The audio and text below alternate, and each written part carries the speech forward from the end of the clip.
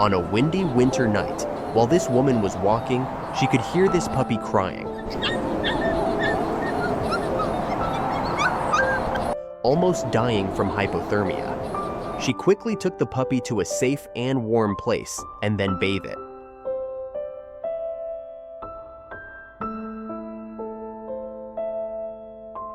The next day, the woman took it to the vet for some examinations to ensure it was healthy.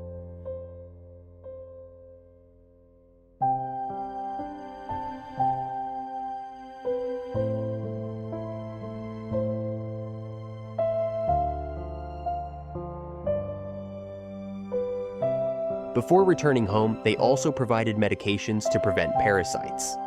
But the most beautiful part of all this is that now this cute puppy has a new home, all thanks to the Good Samaritan.